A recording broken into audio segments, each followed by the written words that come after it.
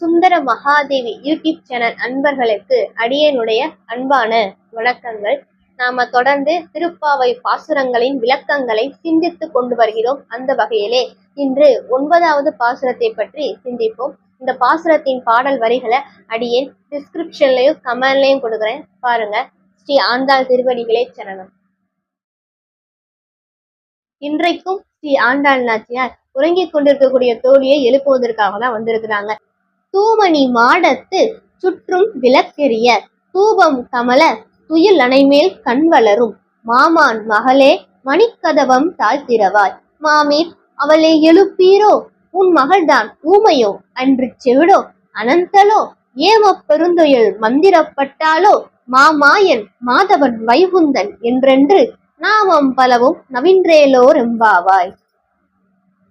ஸ்ரீ ஆண்டாள் நாச்சியார் ஒரு தோழியை எழுப்புவதற்காக அவ வீட்டு வாசல்ல நிக்கிறாங்க. அந்த தோழி அவங்களுடைய மாமன் மகள். அந்த தன்னுடைய மாமன் மகளாக இருக்கக்கூடிய அந்த தோழியை எழுப்புவதற்காக அவ வீட்டு வாசல்ல நிக்கிறாங்க. இப்ப அவங்க சொல்றாங்க, தூமணி மாடத்து சுற்றும் விளக்கெரிய தூபம் கமல துயில் அணைமேல் கண் வளரும் என் மாமான் மகளே அப்படின்னு சொல்றாங்க. தூமணி மாடத்து நல்ல தூய்மையான நவரத்தின கற்களால் ஆன மாளிகை. தூமணி மாடத்து நல்ல தூய்மையான நவரத்தினங்களால் ஆன அந்த மாளிகையில சுற்றும் விளக்கெரிய, சுற்றிலும் விளக்கேற்றி வச்சிருக்கிறாங்களாம். அப்படி மங்களத்துக்கு உதாரணமான அந்த தீபத்தை சுற்றிலும் அந்த மாளிகை முழுவதும் அப்படி தீபம் ஏற்றி வச்சிருக்கிறாங்களாம். பாக்குறதுக்கே அந்த மாளிகை அவ்வளவு பிரகாசமா இருக்குது. அப்படி அந்த மாளிகை சுற்றிலும் அழகழகா தீபம் எல்லாம் ஏற்றி வச்சிருக்காங்க, விளக்கு ஏற்றி வச்சிருக்கிறாங்க. தூபம் கமல, சாம்பிராணி வாசனை அப்படி மனம் கமலுகிறது.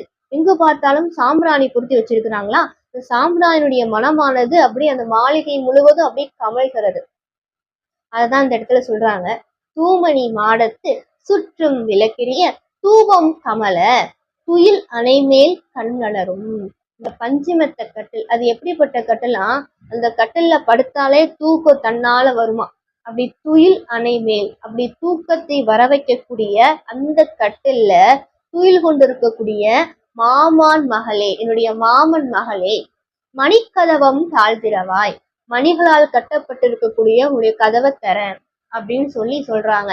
தூமணி மாடத்து சுற்றும் விளக்கெரிய தூபம் கமல துயில் அணைமேல் கண் வளரும் என் மாமன் மகளே மணிக்கதவம் தாழ்த்திரவாய் அப்படின்னு எழுப்புறாங்க. அவங்க எவ்வளவோ கூவி கூவி அழைக்கிறாங்க. ஆனா அவள் பதில் பேச்சு எதுவும் பேச மாட்டேங்கிறா, எதுவும் எழுந்து வர மாதிரியும் தெரியல. அதனால அவங்க அம்மா கிட்ட சொல்லி அவளை எழுப்ப சொல்றாங்க. மாமீர் அவளை எழுப்பீரோ, உன் மகள்தான் ஊமையோ அன்று செவிடோ அனந்தலோ அப்படின்னு சொல்றாங்க. என்ன இருந்தாலும் மாமா பொண்ணு இல்லையா, அதனால கிண்டலா சொல்றாங்க. மாமி, என் அன்பு மாமியே, உங்க பொண்ணை எழுப்புங்க.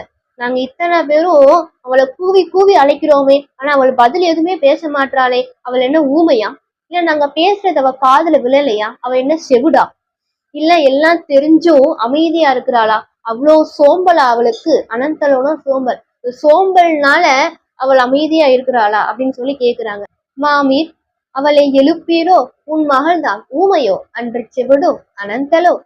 மாமீர் உங்க பொண்ணை எழுப்புங்க, அவளுக்கு என்ன காது கேட்காதா, இல்ல வாய் பேச முடியாதா, அவ்வளவு சோம்பல் அவளுக்கு, இல்ல அவள் எழுந்திருக்க முடியாதபடி அவளுக்கு யாராவது மந்திரம் போட்டுட்டாங்களா, ஏம பெருந்துயில் மந்திரப்பட்டாலோ, அவளுக்கு யாராவது மந்திரம் போட்டாங்களா, அதனாலதான் அவள் எழுந்திருக்க மாட்டாளா.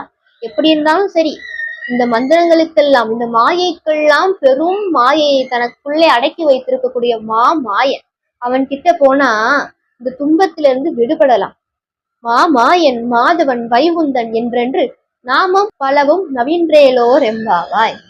மாமாயன் மாயைக்கெல்லாம் பெரும் மாயன், மாதவன் பெரும் தவங்களையெல்லாம் செய்யக்கூடியவன் மாதவன், வைகுந்தன் வைகுண்டத்திலே வாசம் செய்யக்கூடியவன் வைகுந்தன் என்றென்று நாமம் பலவும் நவின்றேலோர் எம்பாவாய். உடைய நாமங்களை எல்லாம் சொல்ல இந்த துன்பத்திலிருந்து விடுபடலாம். அவளை எழுப்புங்கள், எழுப்பி இந்த நாமத்தை எல்லாம் சொல்ல அப்படின்னு சொல்வதாக. மாமாயன் மாதவன் வைகுந்தன் என்றென்று நாமம் பலவும் நவின்றேலோர் எம்பாவாய் அப்படின்னு சொல்வதாக இந்த பாடல்ல ஸ்ரீ ஆண்டாள் நாச்சியார் சொல்லியிருக்கிறாங்க.